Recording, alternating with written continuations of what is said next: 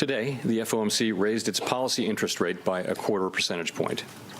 Since early last year, we've raised interest rates by a total of 5 percentage points in order to attain a stance of monetary policy that is sufficiently restrictive to return inflation to 2% over time. The Federal Reserve also hinted that a pause on rate hikes could now be possible. Lawmakers on both sides of the aisle are facing the stark reality that after June 1st, the United States can't pay its bills unless the debt ceiling is raised and the government can then borrow more money.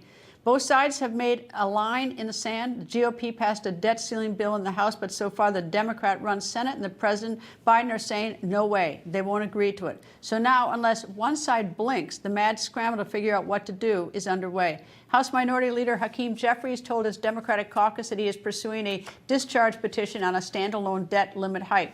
A discharge petition allows any bill to come to the House floor with just a simple majority. But with the Republicans holding the House majority with even a very narrow margin, could Jeffries get even a simple majority of House members to agree to allowing a standalone debt limit hike bill to come to the House floor? Not likely. Meanwhile, are the Republicans willing to negotiate? House Speaker Kevin McCarthy and his fellow House Republicans say that Democrats need to give up on their clean energy demands before they will negotiate. Also today, the U.S. Treasury Department announcing a new program to buy back older securities. Treasury is doing this to help ease liquidity in the global financial system. Treasury has not done this in 23 years. They did it back in 2000. Debt buybacks are a tool used to manage the makeup or overall size of public debt. Member of the House Financial Services Committee and House Majority Whip, Minnesota Congressman Tom Emmer joins me. Good evening, sir. Good to be with you, Greta. Boy, it seems like we're scrambling to find out where the money is. It's like we're looking in every nook and cranny, and this June 1st, it's a soft deadline, I guess we're not sure it's June 1st, is descending upon us. So tell me, when Speaker McCarthy and the other leaders go to the White House to meet with the president next week, what do you expect is going to happen? Well, I'm sure Speaker McCarthy is going to listen to whatever they have to offer, but bottom line, Greta, is Speaker McCarthy asked for the good of the country, asked the president to sit down and negotiate when they first talked back in January. The president, as I understand, suggested he was willing to do that and then never came to the table. Our speaker had another chance to mention it to the president on St. Pat's Day at an event, and again, there was no response. So our speaker then sent a letter, I believe, before the end of March outlining what he as the leader and his members would like to set as parameters to try and jumpstart the negotiations. And quite frankly, Greta, much like everything else we've seen so far in this new Congress, there's no ideas coming out of the White House. There's no solutions, let alone activity coming out of the Senate. I think the biggest thing the Senate has done since the beginning of the year is declare March maple syrup month.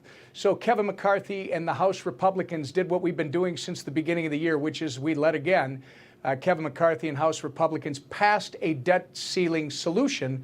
Last week, it's sitting over in the Senate. And look, if they don't have any ideas coming from Joe Biden's White House or from Chuck Schumer's Senate, it's time to take the Republican bill up and pass it.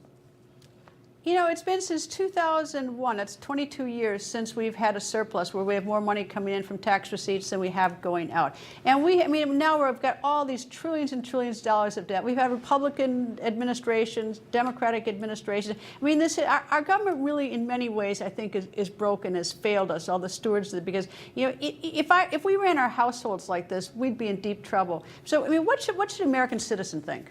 Well, they should recognize that you're absolutely right, Greta. This is no way to run a government, because no one would run their household like this. No one would run their business like this. You correctly point out that government tax receipts have never been higher. They're record numbers. But I will point out it's not more than we have going out. For every record dollar this government is collecting right now, Greta, we're spending $1.29. And people need to understand that, sadly, the only real fiscal reforms that we've had in the last 30 years have come as the result of debt ceiling negotiations. So again, Republicans in the House have passed the debt ceiling solution, incredibly reasonable proposal, which will put this country back on a path towards financial success. It's just the first step of several that we need to take. If the president and Chuck Schumer's Senate don't like it, then hopefully next Monday when they sit down with our speaker, they'll suggest what they don't like and what they'd like to see. And I'll leave it to our speaker to determine whether they're sincere about negotiating something. Regardless, we cannot default on our debt.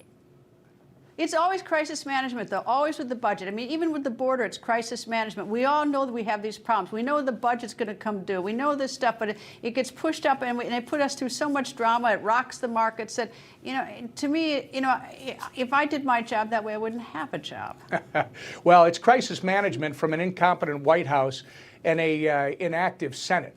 The House Republicans, led by Kevin McCarthy, have been leading for 4 months. There's been no crises in the House. We passed things like overturning the criminal-friendly D.C. crime bill.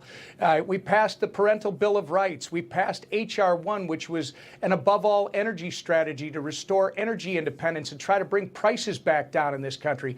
And now we, with Kevin McCarthy's leadership, have passed a solution to the debt crisis.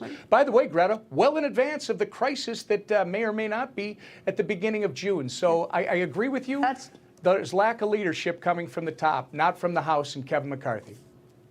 Congressman Tom Emmer, thank you very much. Hope you join me again. Thank you, sir. Happy to do it, Greta.